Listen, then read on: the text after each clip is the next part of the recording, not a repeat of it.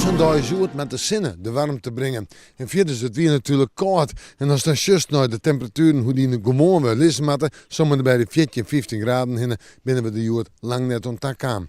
We hebben wel mooie wolkenpartijen, de natuur rent nog heel tijd achter.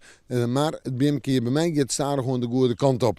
En hoe het de natuur sprutsen, die zal ik starig gewoon krijgen takken wat hogere temperaturen. Maar Safir is het nou nog net. Joen en vannacht. Ja, koud hè. Het is een koude nacht, maar helder waar, flinke opklarings, rustig waar. En die combinatie houdt een temperatuur om er bij de 0 of min 1 graad.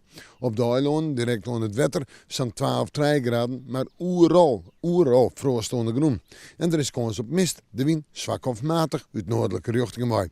Morgen, we kennen er wel even op uit. Het wordt een dag met natuurlijk eerst autoruttenskrabjen, een dag met een koud begin en een dag met zinnen. Flink wat zin ik nog wat bewolking, 10 en 12 graden in de joentijd begint de lucht in de nacht rein. De windmolen uit het westen en het zuidwesten matig en vrij krachtig. Het fruitsjoch op manje, ja een hudde wien.